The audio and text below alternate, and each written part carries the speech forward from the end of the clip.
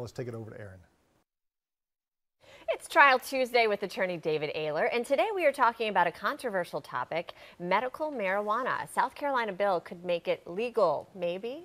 Hi, David. Tell us more. I know, everybody's ears perking up. So, where does this stand right now? Well, obviously last year we had a bill that went through that was actually an oil that is a derivative of marijuana, can now be used legally to treat seizures and things like that here in the state of South Carolina. But this bill that Todd Rutherford has filed goes beyond that. It's actual true possession of medical marijuana. This could be several ounces that a person could have, and that's for personal use related to, of course, having a medical card for it, like you see in so many other states. And how many states do you know off the top of your head roughly that have medical marijuana, that it's allowed? Right now you have 3 states that have recreational marijuana and Washington, D.C. And obviously that's something completely different than what we're talking about. With the medical version of it, you're looking at over 20-something states now. So it's really a trend the last several years that is, we've seen go across the United States. And believe it or not, California's had it since 1996. Wow. So it's been quite a while for some states. And so I think, a lot of other states have watched how they've handled it and are sort of mirroring that. Now in South Carolina, we still have a lot of people that are against it, and law enforcement and various things, thinking it really just opens up a door. But the way these cards would work was basically you'd have a card for a year. You can confidentially apply for it.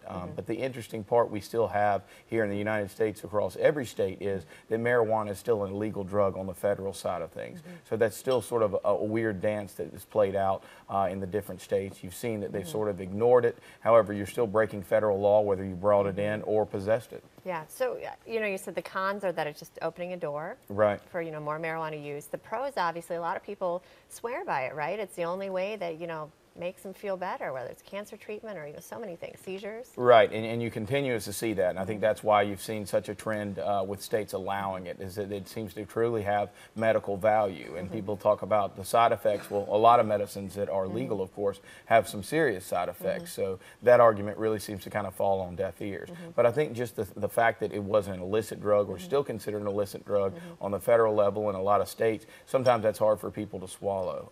It'll be interesting to see. I don't know that this bill will get enough support this year, but it's definitely something I think here in South Carolina in the next couple of years, you're really going to see a trend moving towards the legalization of medical marijuana. Yeah, so not this year. Any guesstimates? I would say within the next couple of years. Each legislation session, it seems like there's 2 or 3 hot button issues that usually get through, and then a lot of other things sort of fall to the wayside until the next couple of years. But there's definitely going to have to be some more public support, I think you'll see.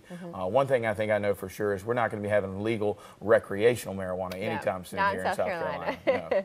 What are the other states that have allowed it, the 20-something states? Are there any hard facts that show that truly it has opened the door, that would persuade people to say no to this? I think there is, particularly on different types of treatment with glaucoma or cancer, and just, the pain and different things that come from it. There's been a lot of health studies as well, and those are the things that have been used in the other states to kind of propel it. With it sort of being fresh here in our state, a lot of that hasn't come out yet, so people are familiar with it. A lot of people don't really understand the oil that came across and the cannabis oil and how that was used. But now when we're talking about actual plants and people possessing those, I think you're really going to see a lot more people paying attention to it. All right. And lastly, how can people get a hold of you? Easiest way to get a hold of me is my office at 577-5530. That's 24/7. And we talk about these things on the web, Facebook, and my website as well. Great. You do such a great job. Trial Tuesday with David Ayler, as always, and we'll have much more coming up right here on Low Country Live. Trial Tuesday, brought to you by attorney David Ayler.